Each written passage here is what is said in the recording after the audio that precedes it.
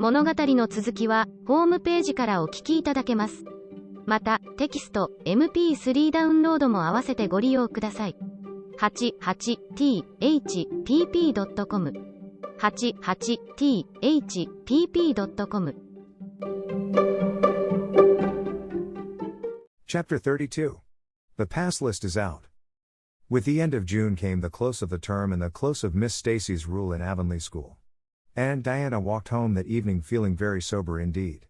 Red eyes and damp handkerchiefs bore convincing testimony to the fact that Miss Stacy's farewell words must have been quite as touching as Mr. Phillips's had been under similar circumstances 3 years before. Diana looked back at the schoolhouse from the foot of the spruce hill and sighed deeply. "It does seem as if it was the end of everything, doesn't it?" she said dismally. "You oughtn't to feel half as badly as I do," said Anne, hunting vainly for a dry spot on her handkerchief. "You'll be back again next winter, but I suppose I've left the dear old school forever, if I have good luck, that is. It won't be a bit the same.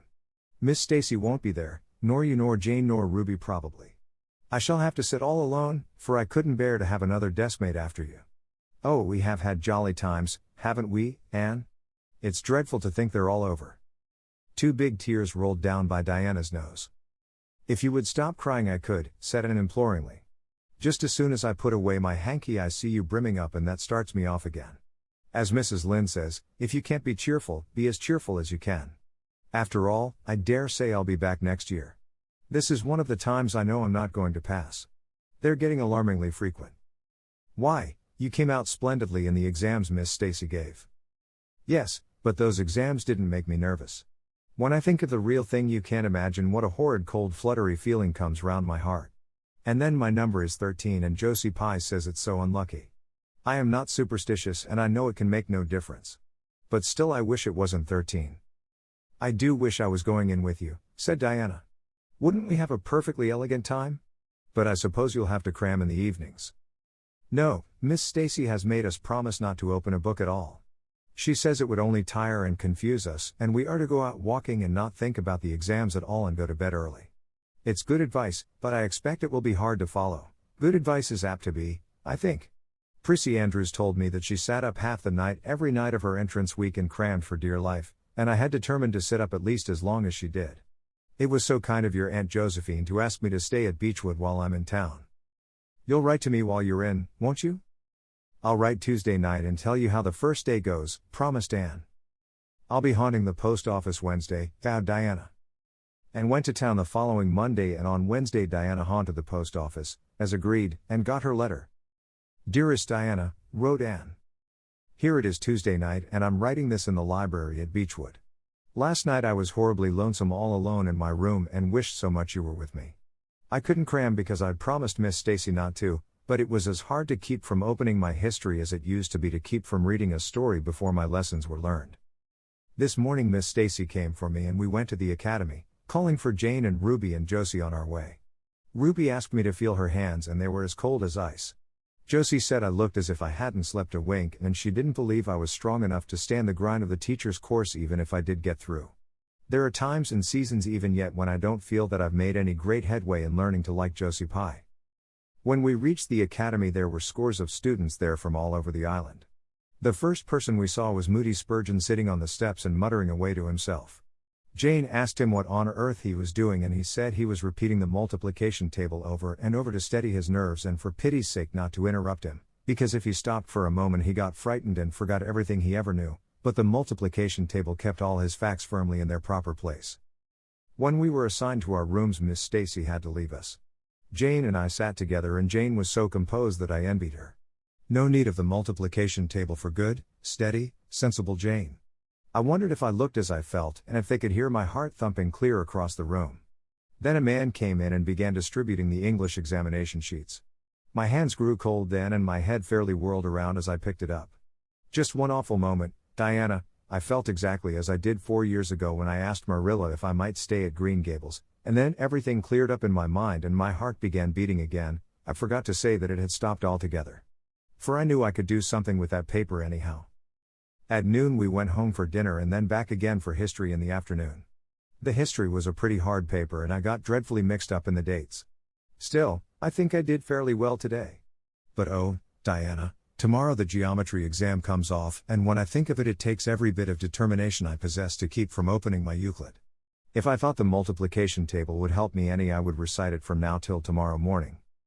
I went down to see the other girls this evening. On my way I met Moody Spurgeon wandering distractedly around. He said he knew he had failed in history, and he was born to be a disappointment to his parents, and he was going home on the morning train, and it would be easier to be a carpenter than a minister, anyhow. I cheered him up and persuaded him to stay to the end because it would be unfair to Miss Stacy if he didn't. Sometimes I have wished I was born a boy, but when I see Moody Spurgeon I'm always glad I'm a girl and not his sister. Ruby was in hysterics when I reached their boarding house. She had just discovered a fearful mistake she had made in her English paper. When she recovered we went uptown and had an ice cream. How we wished you had been with us. Oh Anna, if only the geometry examination were over. But there, as Mrs. Lynde would say, the sun will go on rising and setting whether I fail in geometry or not. That is true but not especially comforting. I think I'd rather it didn't go on if I failed. Yours devotedly, Anne. The geometry examination, all the others were over in due time, and Anne arrived home on Friday evening, rather tired but with an air of chastened triumph about her. Diana was over at Green Gables when she arrived and they met as if they had been parted for years. You old darling, it's perfectly splendid to see you back again. It seems like an age since you went to town, and how did you get along?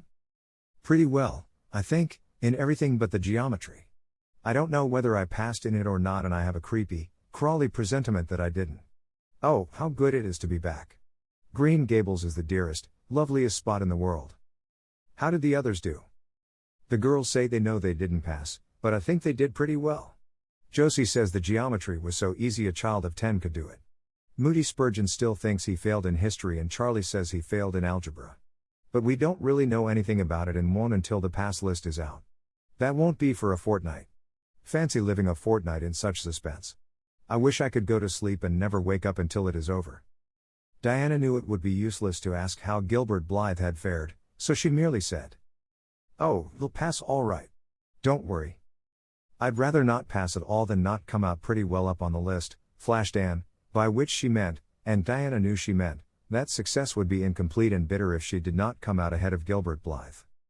With this end in view, Anne had strained every nerve during the examinations. So had Gilbert. They had met and passed each other on the street a dozen times without any sign of recognition, and every time Anne had held her head a little higher and wished a little more earnestly that she had made friends with Gilbert when he asked her, and vowed a little more determinedly to surpass him in the examination.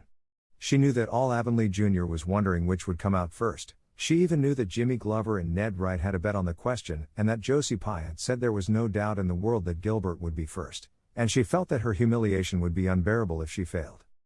But she had another and nobler motive for wishing to do well. She wanted to pass high for the sake of Matthew and Marilla, especially Matthew.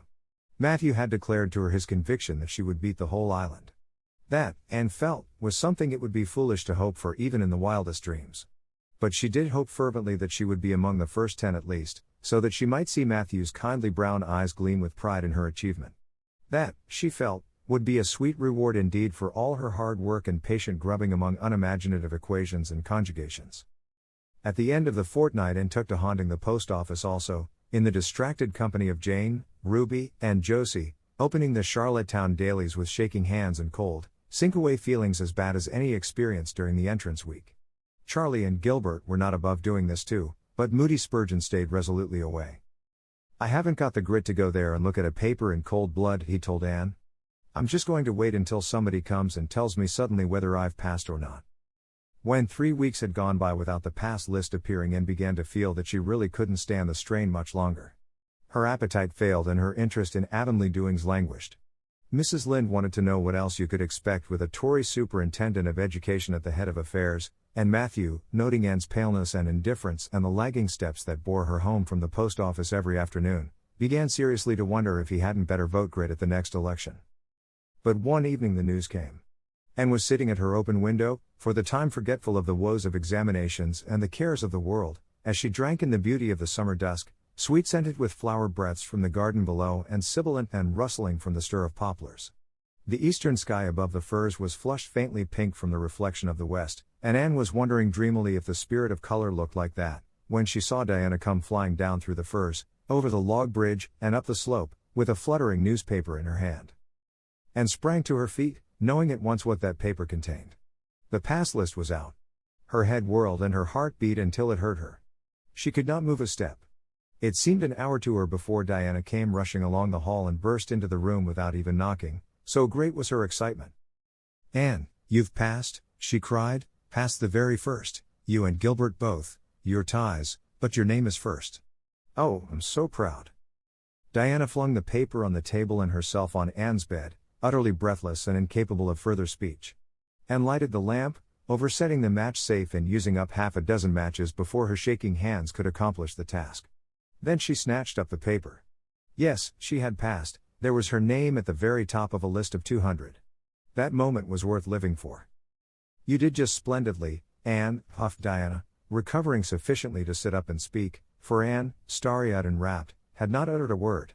"Father brought the paper home from Bright River not 10 minutes ago, it came out on the afternoon train, you know, and won't be here till tomorrow by mail, and when I saw the pass list I just rushed over like a wild thing.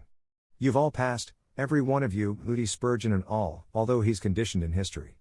Jane and Ruby did pretty well, they're halfway up, and so did Charlie. Josie just scraped through with 3 marks to spare, but you'll see she'll put on as many airs as if she'd led. Won't Miss Stacy be delighted? Oh, Anne, what does it feel like to see your name at the head of a pass list like that? If it were me I know I'd go crazy with joy. I am pretty near crazy as it is, but you're as calm and cool as a spring evening." "I'm just dazzled inside," said Anne. "I want to say 100 things, and I can't find words to say them in. I never dreamed of this, yes, I did too, just once. I let myself think once, what if I should come out first? Quakingly, you know, for it seemed so vain and presumptuous to think I could lead the island. Excuse me a minute, Diana. I must run right out to the field to tell Matthew. Then we'll go up the road and tell the good news to the others." They hurried to the hayfield below the barn where Matthew was coiling hay, and, as luck would have it, Mrs. Lynde was talking to Marilla at the lane fence. "Oh, Matthew," exclaimed Anne, "I've passed and I'm first, or one of the first. I'm not vain, but I'm thankful." "Well now, I always said it," said Matthew, gazing at the pass list delightedly.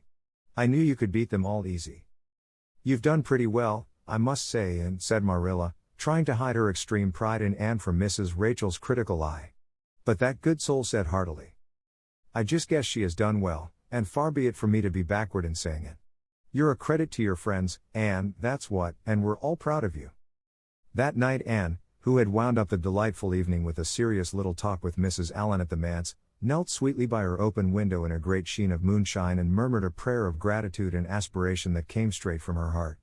There was in it thankfulness for the past and reverent petition for the future, and when she slept on her white pillow her dreams were as fair and bright and beautiful as maidenhood might desire.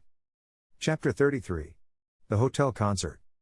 "Put on your white organdy, by all means," Anne advised Diana decidedly. They were together in the east gable chamber. Outside it was only twilight, a lovely yellowish-green twilight with a clear blue cloudless sky. A big round moon, slowly deepening from her pallid luster into burnished silver, hung over the haunted wood. The air was full of sweet summer sounds, sleepy birds twittering, freakish breezes, faraway voices and laughter. But in Anne's room the blind was drawn and the lamp lighted, for an important toilet was being made.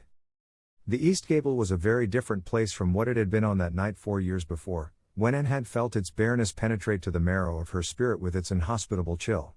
Changes had crept in, Marilla conniving at them resignedly, until it was as sweet and dainty a nest as a young girl could desire.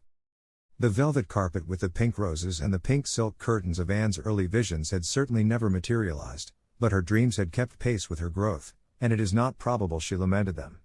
The floor was covered with a pretty matting, and the curtains that softened the high window and fluttered in the vagrant breezes were of pale green art muslin. The walls, hung not with gold and silver brocade tapestry, but with a dainty apple blossom paper, were adorned with a few good pictures given Anne by Mrs. Allen. Miss Stacy's photograph occupied the place of honor, and Anne made a sentimental point of keeping fresh flowers on the bracket under it. Tonight a spike of white lilies faintly perfumed the room like the dream of a fragrance.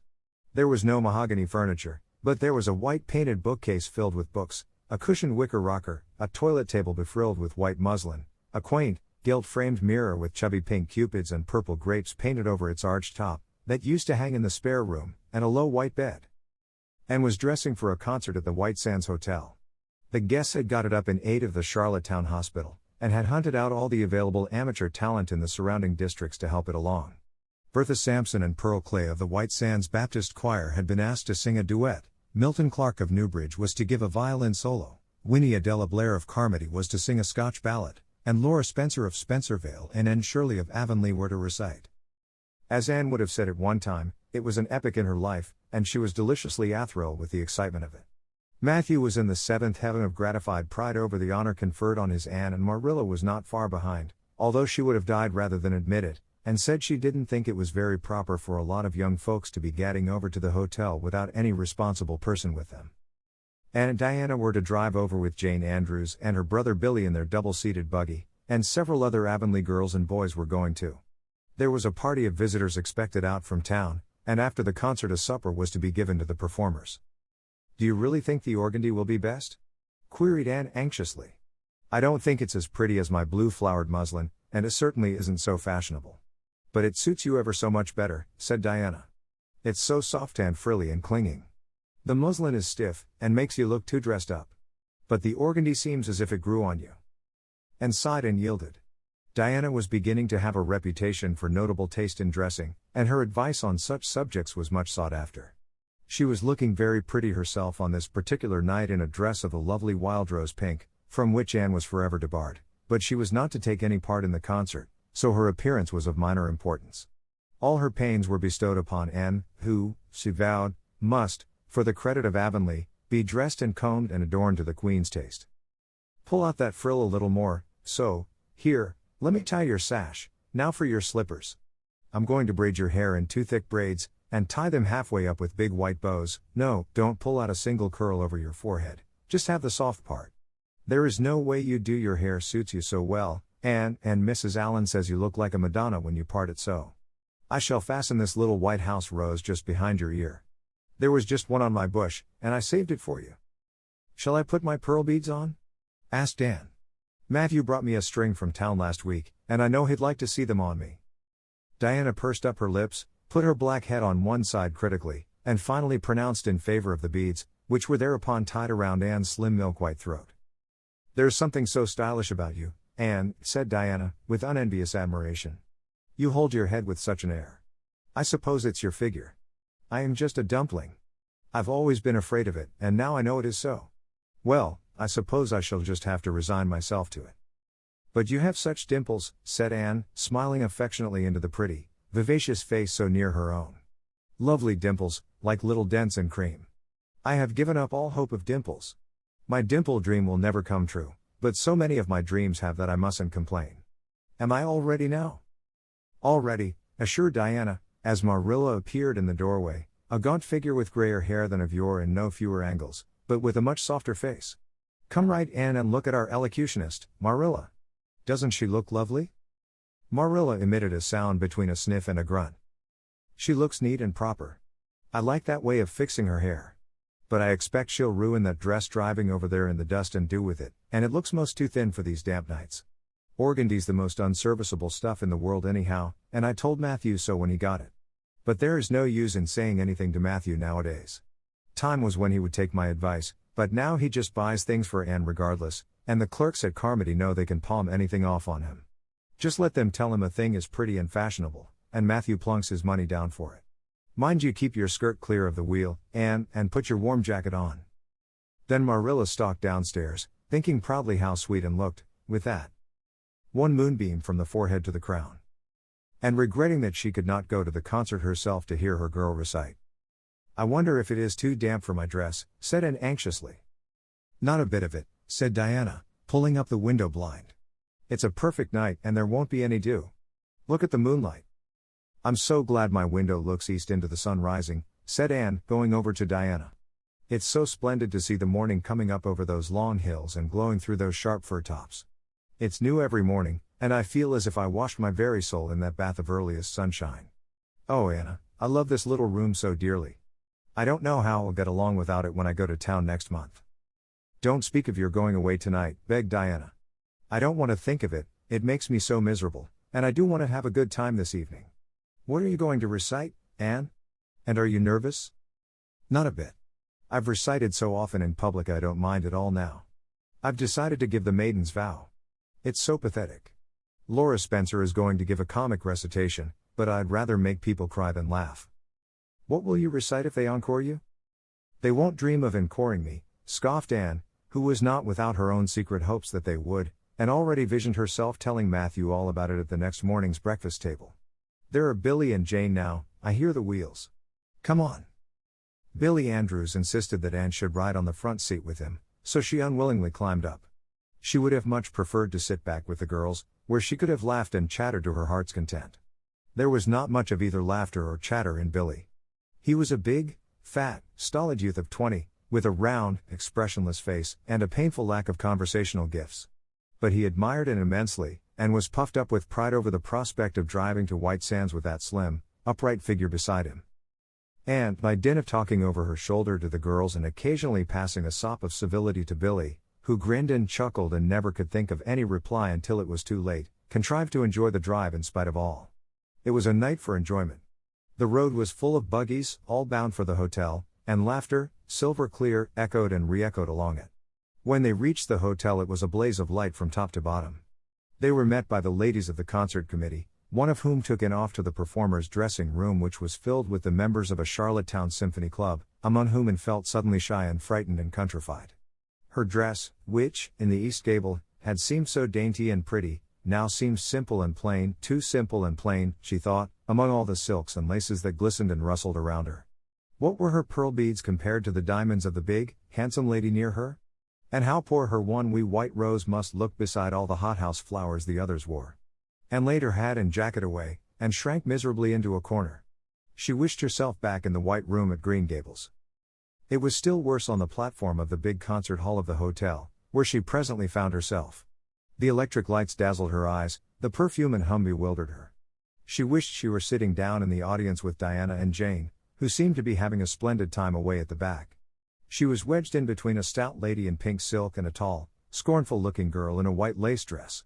The stout lady occasionally turned her head squarely around and surveyed Anne through her eyeglasses until Anne, acutely sensitive of being so scrutinized, felt that she must scream aloud, and the white lace girl kept talking audibly to her next neighbor about the country bumpkins and rustic belles in the audience, languidly anticipating such fun from the displays of local talent on the program. Anne believed that she would hate that white lace girl to the end of life. Unfortunately for Anne, a professional elocutionist was staying at the hotel and had consented to recite. She was a lithe, dark-eyed woman in a wonderful gown of shimmering gray stuff like woven moonbeams, with gems on her neck and in her dark hair. She had a marvelously flexible voice and wonderful power of expression. The audience went wild over her selection. Anne, forgetting all about herself and her troubles for the time, listened with rapt and shining eyes, but when the recitation ended she suddenly put her hands over her face. She could never get up and recite after that, never. Had she ever thought she could recite? Oh, if she were only back at Green Gables. At this unpropitious moment her name was called.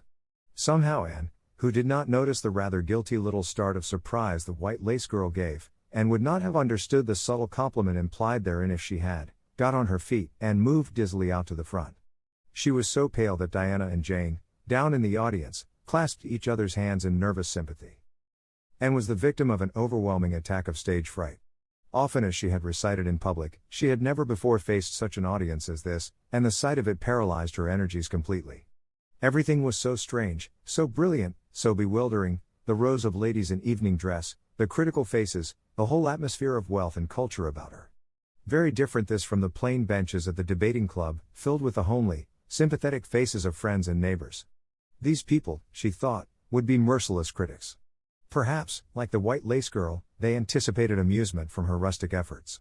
She felt hopelessly, helplessly ashamed and miserable.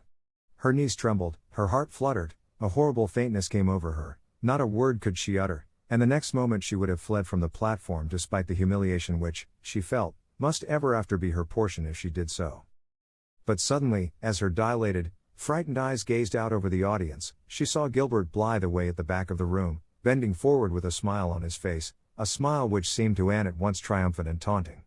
In reality it was nothing of the kind. Gilbert was merely smiling with appreciation of the whole affair in general and of the effect produced by Anne's slender white form and spiritual face against a background of palms in particular. Josie Pye, whom he had driven over, sat beside him, and her face certainly was both triumphant and taunting. But Anne did not see Josie, and would not have cared if she had.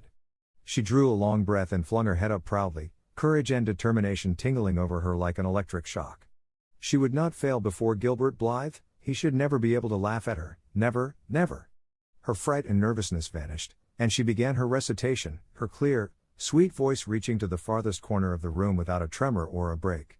Self-possession was fully restored to her, and in the reaction from that horrible moment of powerlessness she recited as she had never done before. When she finished there were bursts of honest applause.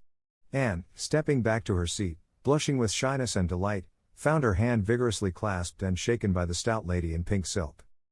"My dear, you did splendidly," she puffed. "I've been crying like a baby, actually I have. They're encoring you, they're bound to have you back." "Oh, I can't go," said Anne confusedly. "But yet, I must, or Matthew will be disappointed. He said they would encore me." "Then don't disappoint Matthew," said the pink lady, laughing. Smiling, blushing, limpid-eyed, and tripped back and gave a quaint, funny little selection that captivated her audience still further. The rest of the evening was quite a little triumph for her. When the concert was over, the stout, pink lady, who was the wife of an American millionaire, took her under her wing, and introduced her to everybody, and everybody was very nice to her. The professional elocutionist, Mrs. Evans, came and chatted with her, telling her that she had a charming voice and interpreted her selections beautifully. Even the white lace girl paid her a languid little compliment. They had supper in the big, beautifully decorated dining room. Diana and Jane were invited to partake of this, also, since they had come with Anne, but Billy was nowhere to be found, having decamped in mortal fear of some such invitation. He was in waiting for them, with the team, however, when it was all over, and the three girls came merrily out into the calm, white moonshine radiance. And breathed deeply, and looked into the clear sky beyond the dark boughs of the firs. Oh, it was good to be out again in the purity and silence of the night. How great and still and wonderful everything was, with the murmur of the sea sounding through it and the darkling cliffs beyond like grim giants guarding enchanted coasts. "Hasn't it been a perfectly splendid time?" sighed Jane, as they drove away. "I just wish I was a rich American and could spend my summer at a hotel and wear jewels and low-neck dresses and have ice cream and chicken salad every blessed day. I'm sure it would be ever so much more fun than teaching school. Anne, your recitation was simply great, although I thought at first you were never going to begin. I think it was better than Mrs. Evans's." "Oh no, don't say things like that," Jane said Anne quickly, "because it sounds silly. It couldn't be better than Mrs. Evans's, you know, for she is a professional, and I'm only a schoolgirl, with a little knack of reciting. I'm quite satisfied if the people just liked mine pretty well." "I've a compliment for you, Anne," said Diana. "At least I think it must be a compliment because of the tone he said it in. Part of it was anyhow. There was an American sitting behind Jane and me, such a romantic-looking man, with coal-black hair and eyes. Josie Pye says he is a distinguished artist, and that her mother's cousin in Boston is married to a man that used to go to school with him. Well, we heard him say, didn't we, Jane? Who is that girl on the platform with the splendid Titian hair? She has a face I should like to paint." "There now, Anne. But what does Titian hair mean?" "Being interpreted it means plain red, I guess," laughed Anne. "Titian was a very famous artist who liked to paint red-haired women." "Did you see all the diamonds those ladies wore?" sighed Jane. "They were simply dazzling. Wouldn't you just love to be rich, girls?" "We are rich," said Anne staunchly. "Why, we have 16 years to our credit, and we're happy as queens, and we've all got imaginations, more or less. Look at that sea, girls, all silver and shadow and vision of things not seen. We couldn't enjoy its loveliness any more if we had millions of dollars and ropes of diamonds. You wouldn't change into any of those women if you could. Would you want to be that white lace girl and wear a sour look all your life, as if you'd been born turning up your nose at the world? Or the pink lady, kind and nice as she is, so stout and short that you'd really no figure at all? Or even Mrs. Evans, with that sad, sad look in her eyes? She must have been dreadfully unhappy sometime to have such a look. You know you wouldn't, Jane Andrews." "I don't know, exactly," said Jane unconvinced. "I think diamonds would comfort a person for a good deal." "Well, I don't want to be anyone but myself, even if I go uncomforted by diamonds all my life," declared Anne. "I'm quite content to be Anne of Green Gables, with my string of pearl beads. I know Matthew gave me as much love with them as ever went with Madame the Pink Lady's jewels." Chapter 34. A Queen's Girl. The next 3 weeks were busy ones at Green Gables, for Anne was getting ready to go to Queen's, and there was much sewing to be done, and many things to be talked over and arranged. Anne's outfit was ample and pretty, for Matthew saw to that, and Marilla for once made no objections whatever to anything he purchased or suggested. More, one evening she went up to the east gable with her arms full of a delicate pale green material. "Anne, here's something for a nice light dress for you.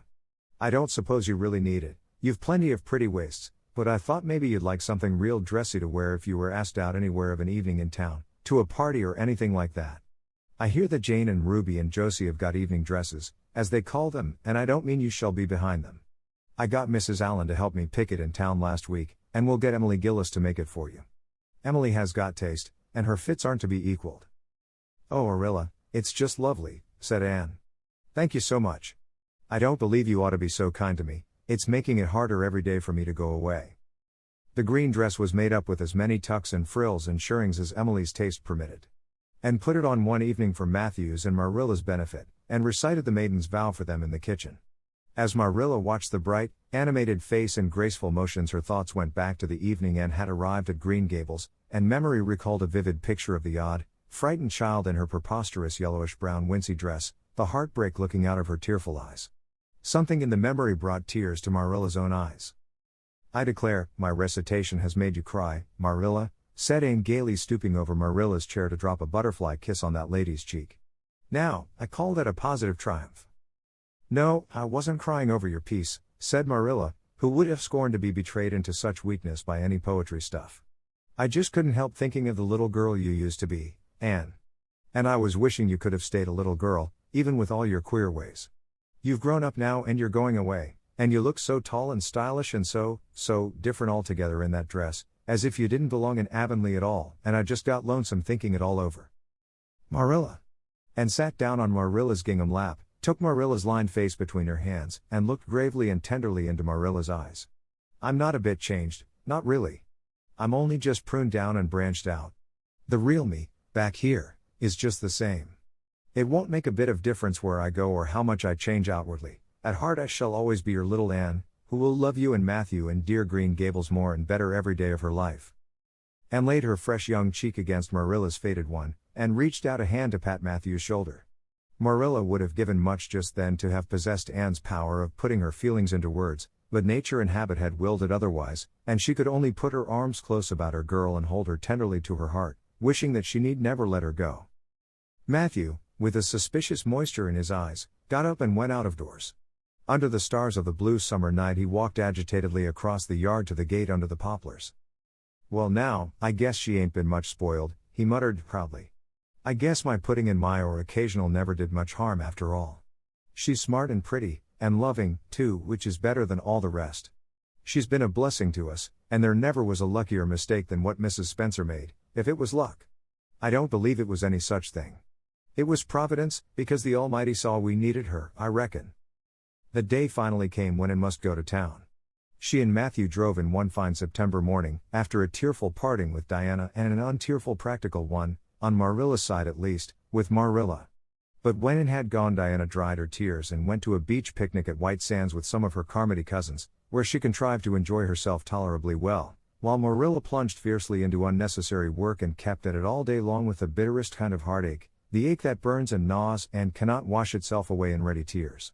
But that night, when Marilla went to bed, acutely and miserably conscious that the little gable room at the end of the hall was untenanted by any vivid young life and unstirred by any soft breathing, she buried her face in her pillow, and wept for her girl in a passion of sobs that appalled her when she grew calm enough to reflect how very wicked it must be to take on so about a sinful fellow creature. Anne and the rest of the Avonlea scholars reached town just in time to hurry off to the academy. That first day passed pleasantly enough in a whirl of excitement, meeting all the new students, learning to know the professors by sight and being assorted and organized into classes. Anne intended taking up the second-year work, being advised to do so by Miss Stacy. Gilbert Blythe elected to do the same. This meant getting a first-class teacher's license in 1 year instead of 2, if they were successful, but it also meant much more and harder work. Jane, Ruby, Josie, Charlie, and Moody Spurgeon, not being troubled with the stirrings of ambition, were content to take up the second-class work. Anne was conscious of a pang of loneliness when she found herself in a room with 50 other students, not one of whom she knew, except the tall, brown-haired boy across the room, and knowing him in the fashion she did not help her much, as she reflected pessimistically. Yet she was undeniably glad that they were in the same class. The old rivalry could still be carried on, and Anne would hardly have known what to do if it had been lacking. I wouldn't feel comfortable without it, she thought. Gilbert looks awfully determined. I suppose he's making up his mind, here and now, to win the medal. What a splendid chin he has. I never noticed it before. I do wish Jane and Ruby had gone in for first class, too. I suppose I won't feel so much like a cat in a strange garret when I get acquainted, though. I wonder which of the girls here are going to be my friends. It's really an interesting speculation. Of course I promised Diana that no Queen's girl, no matter how much I liked her, should ever be as dear to me as she is, but I've lots of second-best affections to bestow. I like the look of that girl with the brown eyes and the crimson waist. She looks vivid and red-rosy. There's that pale, fair one gazing out of the window. She has lovely hair, and looks as if she knew a thing or two about dreams. I'd like to know them both, know them well enough to walk with my arm about their waists, and call them nicknames. But just now I don't know them and they don't know me, and probably don't want to know me particularly. Oh, it's lonesome. It was lonesomer still when Anne found herself alone in her hall bedroom that night at twilight. She was not too bored with the other girls, who all had relatives in town to take pity on them. Miss Josephine Barry would have liked to board her, but Beechwood was so far from the academy that it was out of the question, so Miss Barry hunted up a boarding house, assuring Matthew and Marilla that it was the very place for Anne. The lady who keeps it is a reduced gentlewoman, explained Miss Barry. Her husband was a British officer, and she is very careful what sort of boarders she takes. Anne will not meet with any objectionable persons under her roof. The table is good, and the house is near the academy, in a quiet neighborhood. All this might be quite true, and indeed, proved to be so, but it did not materially help Anne in the first agony of homesickness that seized upon her. She looked dismally about her narrow little room, with its dull-papered, pictureless walls, its small iron bedstead and empty bookcase, and a horrible choke came into her throat as she thought of her own white room at Green Gables, where she would have the pleasant consciousness of a great green still outdoors, of sweet peas growing in the garden, and moonlight falling on the orchard, of the brook below the slope and the spruce boughs tossing in the night wind beyond it, of a vast starry sky, and the light from Diana's window shining out through the gap in the trees. Here there was nothing of this, and knew that outside of her window was a hard street, with a network of telephone wires shutting out the sky, the tramp of alien feet, and 1,000 lights gleaming on stranger faces. She knew that she was going to cry, and fought against it. I won't cry. It's silly, and weak, there's the third tear splashing down by my nose. There are more coming. I must think of something funny to stop them. But there's nothing funny except what is connected with Avonlea, and that only makes things worse. 4, 5, I'm going home next Friday, but that seems 100 years away. Oh, Matthew is nearly home by now, and Marilla is at the gate, looking down the lane for him. 6, 7, 8, oh, there's no use in counting them. They're coming in a flood presently. I can't cheer up, I don't want to cheer up. It's nicer to be miserable. The flood of tears would have come, no doubt, had not Josie Pye appeared at that moment. In the joy of seeing a familiar face, Anne forgot that there had never been much love lost between her and Josie. As a part of Avonlea life, even a Pye was welcome. I'm so glad you came up, Anne said sincerely.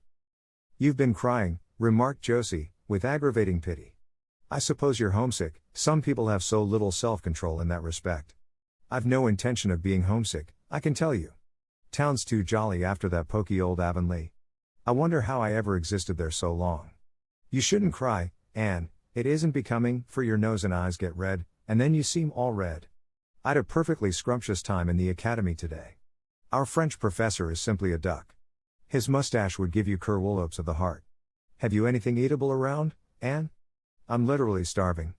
Ah, I guess likely Marilla'd load you up with cake. That's why I called round.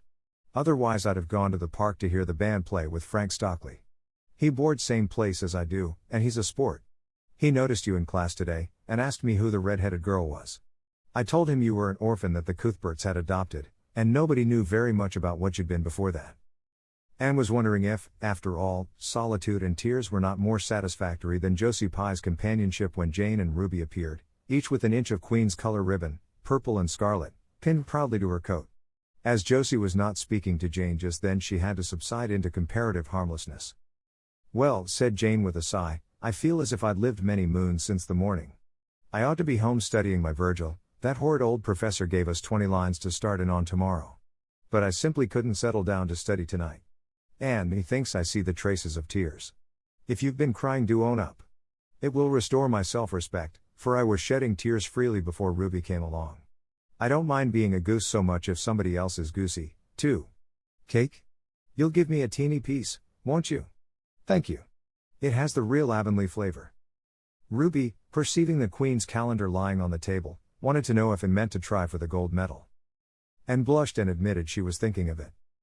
Oh, that reminds me, said Josie, Queen's is to get one of the Avery scholarships after all. The word came today. Frank Stockley told me, his uncle is one of the board of governors, you know. It will be announced in the academy tomorrow. An Avery scholarship.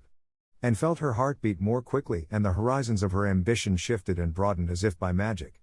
Before Josie had told the news, Anne's highest pinnacle of aspiration had been a teacher's provincial license, first class, at the end of the year, and perhaps the medal.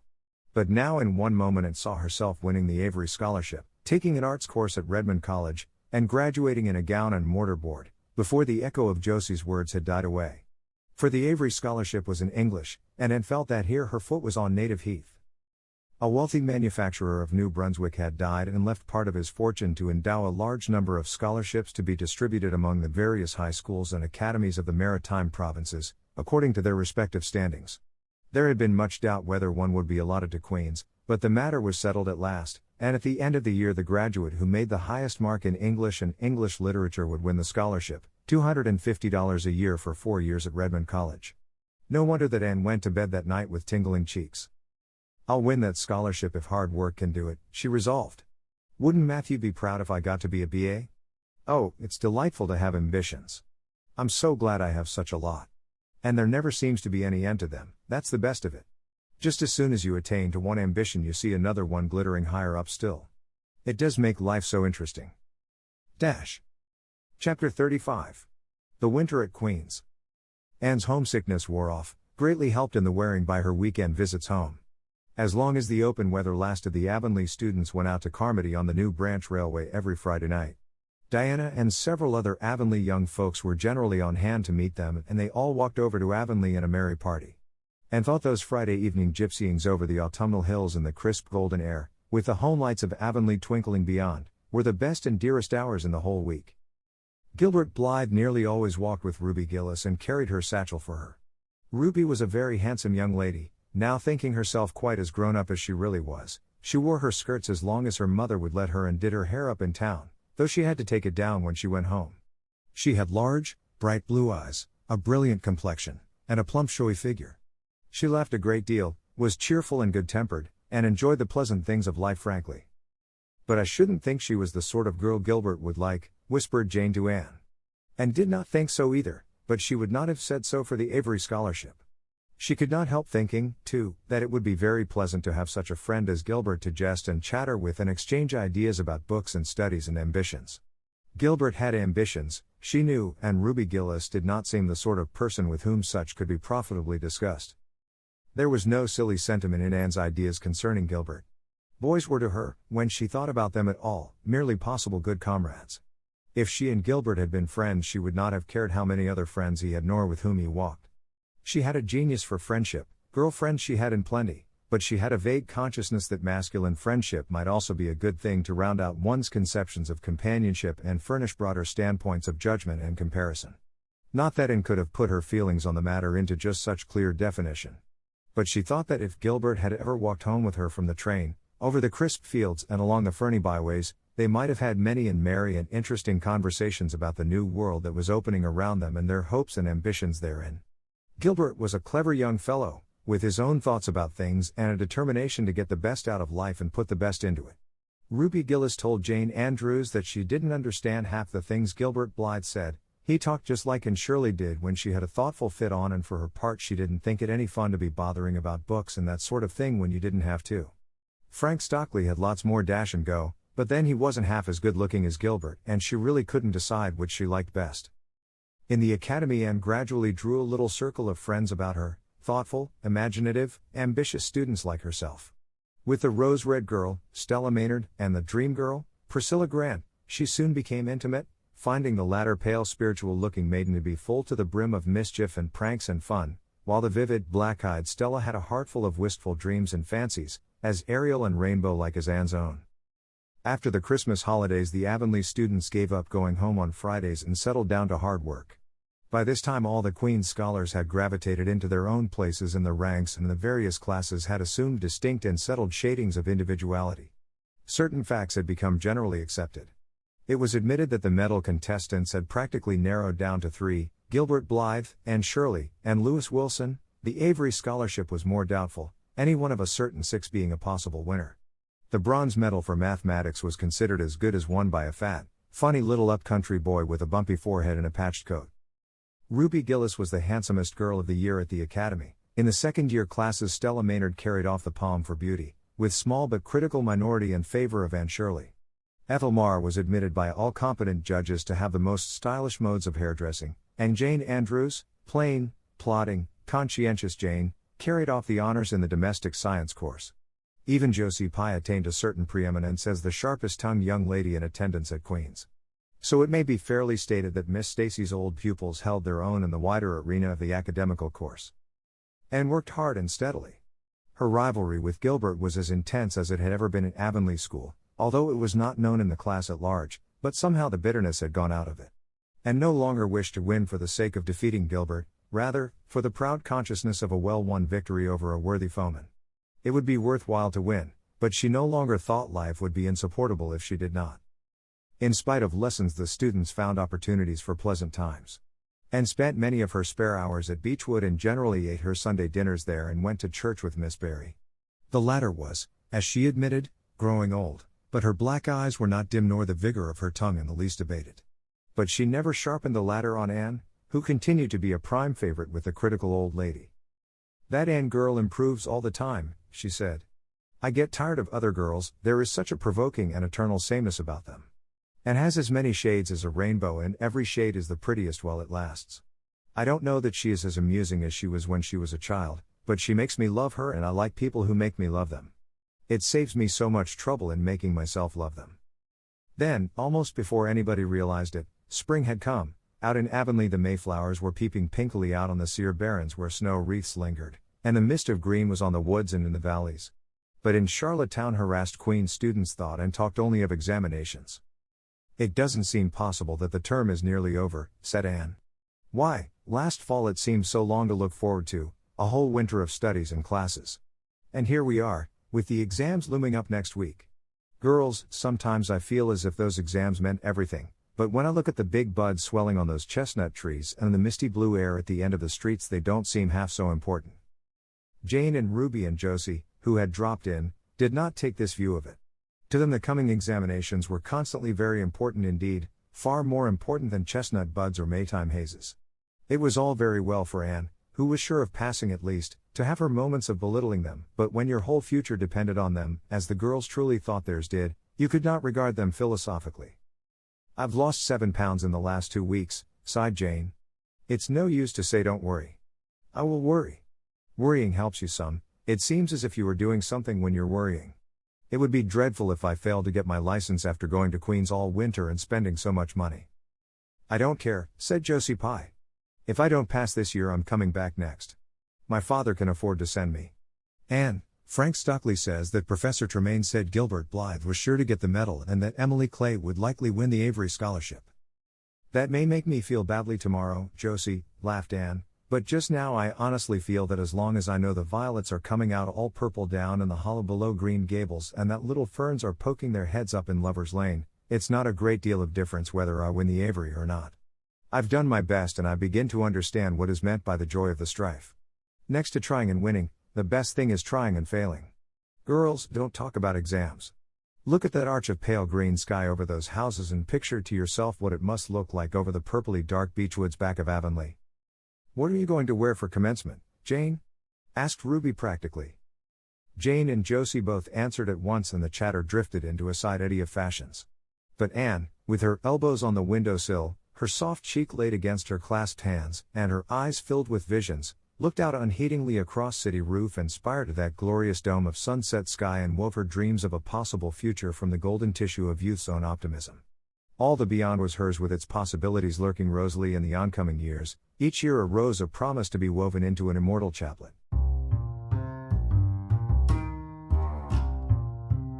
次回のこの物語の最終回はホームページよりお聞きいただけます。